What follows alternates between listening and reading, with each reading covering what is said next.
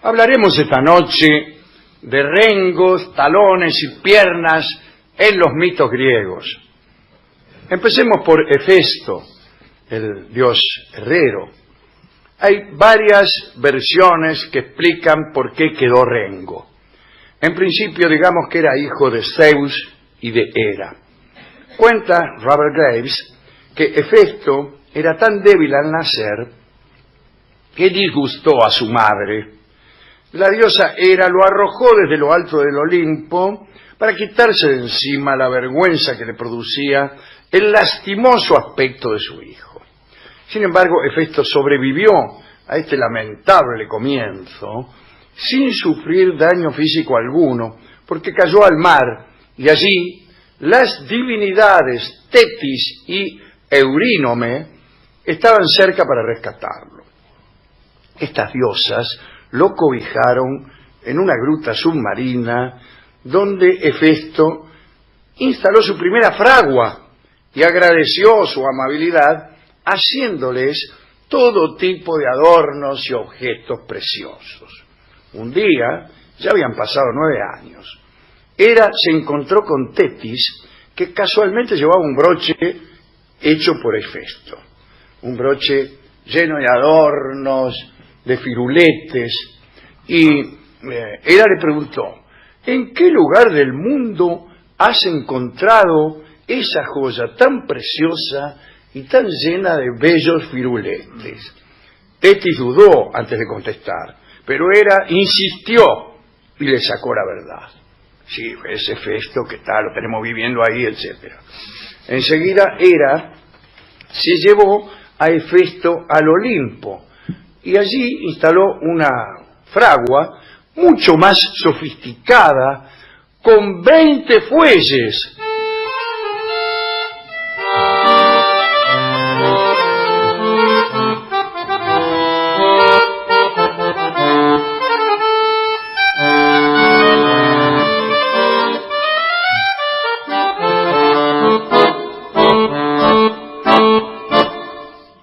Son los 20 fuelles de Hefesto. Estos fuelles funcionaban día y noche. Trató Hera a su hijo con gran deferencia y decidió que debía casarlo con Afrodita, tal vez la más bella de las diosas. La diosa del amor, vamos. Tiempo después, Hefesto vio como su padre, Zeus, colgaba de las muñecas a su madre Hera como castigo porque ella maltrataba a Heracles. Heracles, un hijo que Zeus había tenido con Alcmena, y Hera era muy celosa. Se llevaban mal. ¿Les queda alguna duda? No, está bien. No. Y tenían mal carácter. Sí. A una no le gustó el aspecto de su hijo y lo tiró Olimpo abajo. Y el otro se enojó con la mujer y la colgó de las muñecas. Gente despreciable. Al ver a su madre colgada, Hefesto reprochó a Zeus su crueldad. Le dijo. Furioso, el padre de los dioses arrojó otra vez a Hefesto desde el Olimpo. Pero esta vez la caída fue terrible. Duró un día. ¿Un día cayendo? Duró un día. Dicen que la distancia al Tártaro es la siguiente. Uno se tira por un agujero que hay para entrar y al cabo de 9 días llega al Tártaro. Bueno, en este caso lo tiró desde el Olimpo y tardó un día en llegar. Dice, se rompió las 2 piernas.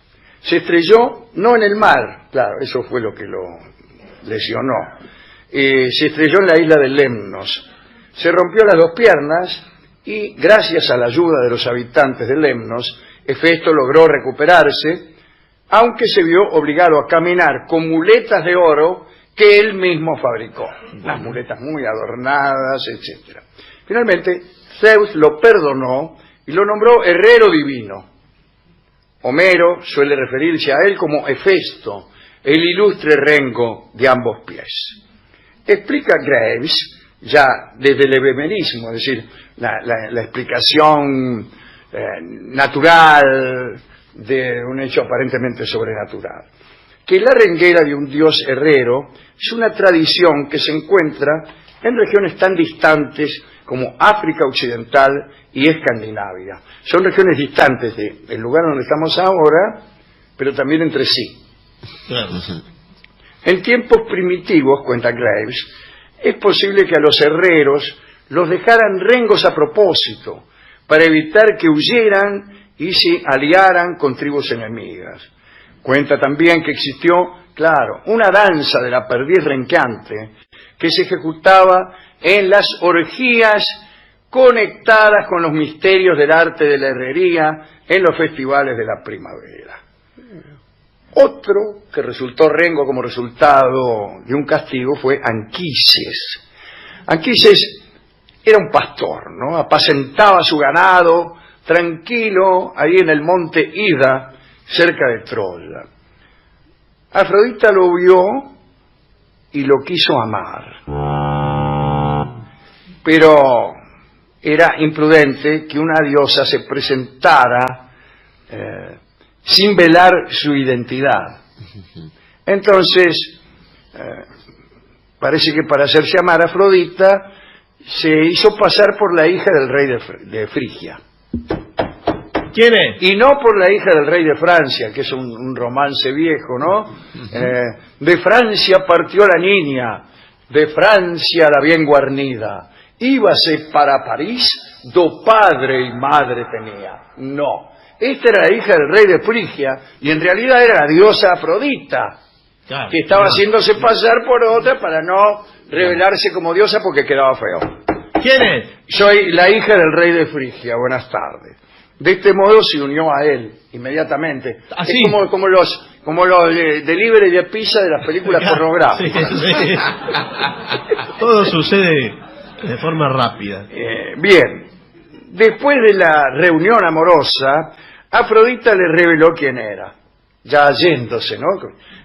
Bueno, me marcho, quiero decirte que no soy la hija del rey de Frigia, sino al contrario. ¿Por qué al contrario? Es la diosa del amor Afrodita.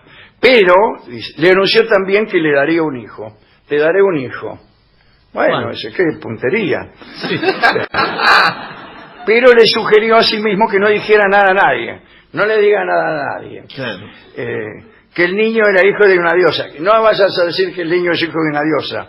Porque si Zeus se enteraba, nadie la iba a pasar bien. Si Zeus se enteraba... Bueno, claro. Sí, no dice todo. Sí. No hace falta todo esto. Bien. O sea que le dijo, hacete el gil, no digas nada.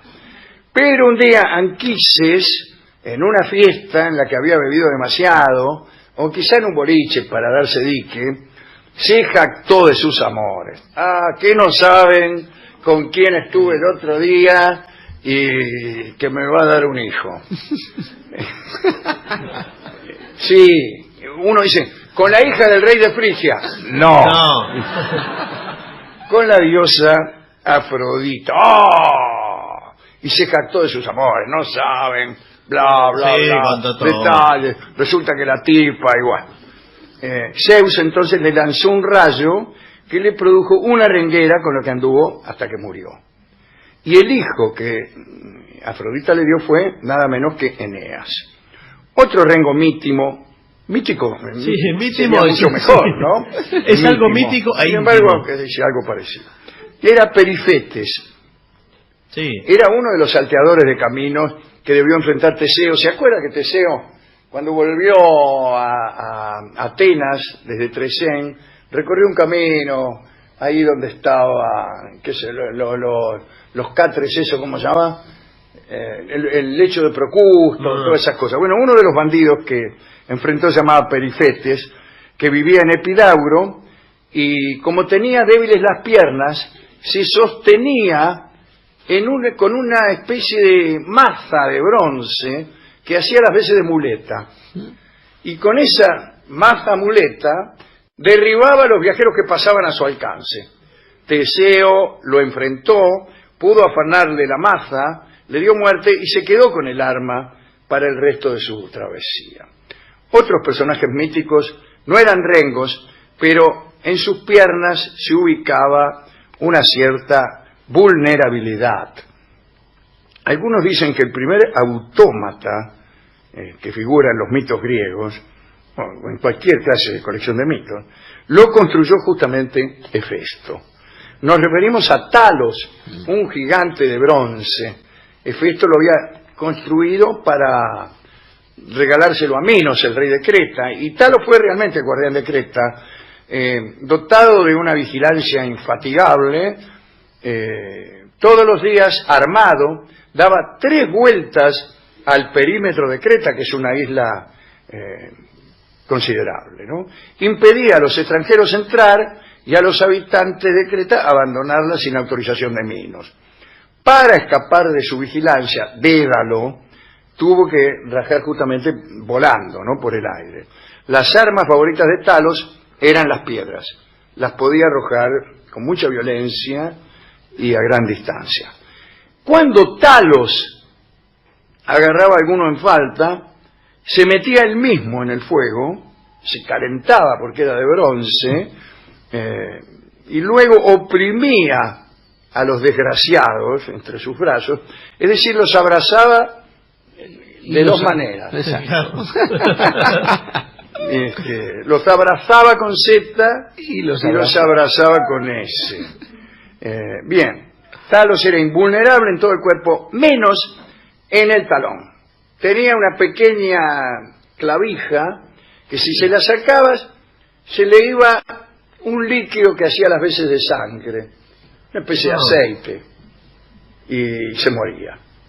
Bueno, a la llegada de los argonautas a Creta, Medea logró con sus hechizos romper la vena vital de Talos, y el autómata arrastró una pierna y poco después dejó de moverse para siempre.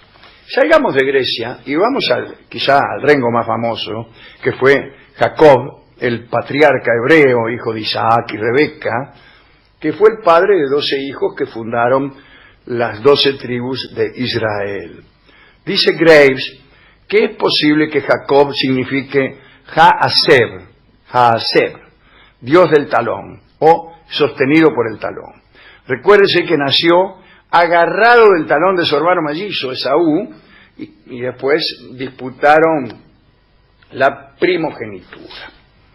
En una oportunidad, Jacob estaba en Penuel y habiéndose quedado solo una tarde, fue atacado por alguien invisible, que estuvo luchando con él toda la noche y que le contrajo el tendón del muslo, de modo que desde entonces Jacob rengueó. En un momento de la pelea, el adversario pidió a Jacob que lo soltara porque estaba amaneciendo, y Jacob no lo largó. Pensando que se trataba de un ángel, Jacob gritó: «No te soltaré hasta que me hayas bendecido. ¿Cuál es tu nombre?». «Dios», respondió el adversario. Estaba luchando dice, «Hasta luchando con Dios sigues invicto», le dijo Dios. «En adelante te llamarás Israel». Ahí fue cambió su nombre, ¿no? Jacob. Debido a la contracción que Jacob sufrió en el muslo, los israelitas no comen desde entonces el tendón del muslo de ningún animal. Algunos dicen que nunca Dios pudo rebajarse a luchar con un mortal y que en verdad el luchador era el desplazado Samael. Sin embargo, algunos aseguran que esa lucha entre Dios y Jacob era teológicamente admisible. Otros explican que en realidad el adversario de Jacob era el arcángel Miguel, que pidió que Jacob lo soltara cuando amanecía, porque su trabajo como ángel era, a esas horas, entonar alabanzas a Dios. Los eruditos árabes explicaban que la naturaleza de la renguera producida por una lesión en el tendón de la articulación del muslo obligaba a la persona afectada a andar casi en puntas de pie. Esa dislocación, explica Graves, era común entre los luchadores y fue descrita por primera vez por Harpócrates. El desplazamiento de la cabeza del fémur alarga la pierna, contrae los tendones del muslo y produce espasmos musculares, lo que obliga a caminar rengueando con el talón levantado, como dice Homero que hacía el dios Hefesto. Salgamos y vayamos a Gales. Lieu Liau Gyfes es un héroe de la mitología galesa. Aparece de manera prominente en la cuarta rama del Mabinogion, que cuenta la historia de su nacimiento, su matrimonio, su muerte, su resurrección y su acceso al trono de Gwynedd. Él es un guerrero y mago asociado con su tío Gwydion. Digamos dos cosas acerca de su relación con talones, rengueras y piernas. La primera es que Lieu Liau se llama así porque arrojó una piedra y golpeó a un reyesuelo entre el tendón y el hueso de la pierna y lo dejó rengo. Entonces lo llamaron Lieu Liau Gyfes, el rubio con la mano hábil, en galés como todo el mundo sabe. El segundo asunto es que como Aquiles en los mitos griegos, Lieu Liau era casi invulnerable.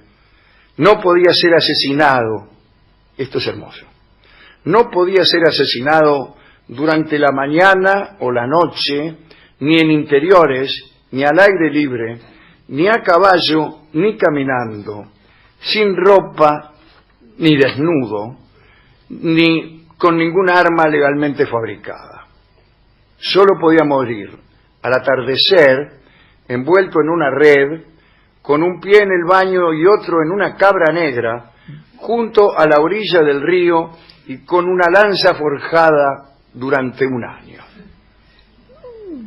Su esposa, que se llamaba Blodeuwedd, le fue infiel con Gronu, el señor de Penlyn, y los dos conspiraron para asesinar a Lieu Liau, pero no pudieron por las complicaciones precitadas y porque cuando estaban a punto de conseguir todo aquel algoritmo para matarlo, Lieu Liau se convirtió en águila y se fue volando. Así no hay asesino que prospere. Para terminar, solo digamos que ni más ni menos que Dioniso, el dios griego, en su nombre lleva algo de este asunto. Nisus, dice Graves, quiere decir rengo.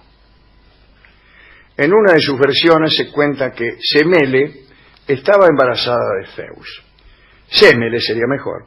Enamorada del príncipe del Olimpo, pidió que le mostrara todo su poder, cosa que hizo Zeus para complacerla, pero incapaz de resistir la visión de los relámpagos y fuegos que rodeaban a su amante, cayó fulminada.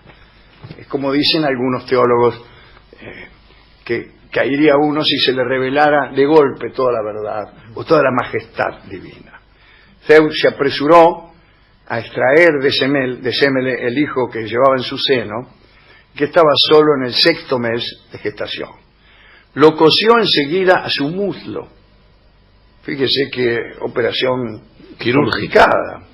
Y así lo llevó, creciendo y gestándose en su pierna, hasta que estuvo perfectamente formado. Así nació el pequeño Dioniso, el dios nacido 2 veces. Y el último es Aquiles, ya lo conocemos, ¿no? Su madre Tetis lo bañó en el Estigia, el río infernal, que vuelve invulnerable a todo aquel que se sumerja en sus aguas. Pero pasó que Tetis sostuvo al niño por el talón y por allí no pasó la corriente milagrosa. Fue la única zona que le quedó vulnerable. Y así llegó la guerra de Troya.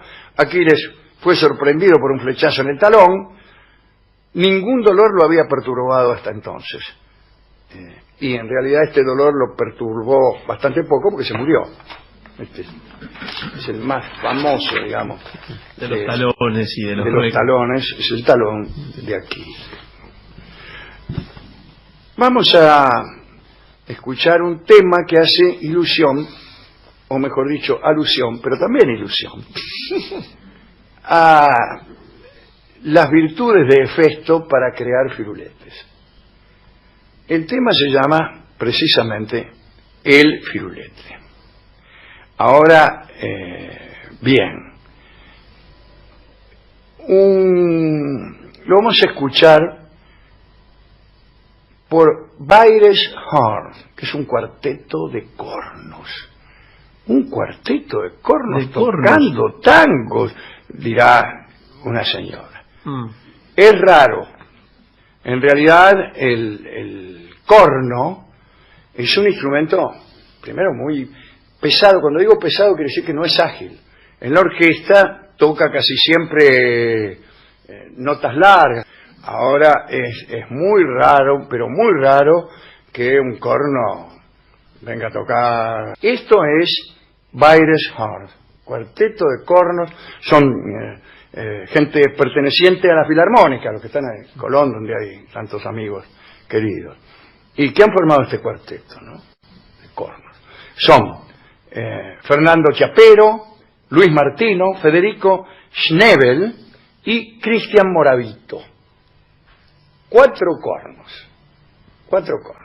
No estoy seguro de que los cornos tengan igual tesitura, pero evidentemente no hay la misma diferencia que hay entre los saxos.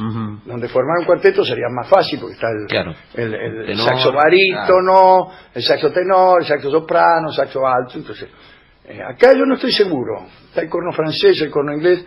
Posiblemente haya distintas afinaciones, pero no registros, no para configurar distintos registros. Así que es difícil escribir arreglos, es difícil tocarlos, es difícil adaptarlos al género del tango, y sin embargo esto hacen nuestros amigos Baires Horn, Baires en el sentido de Buenos Aires, Horn en el sentido de cornos.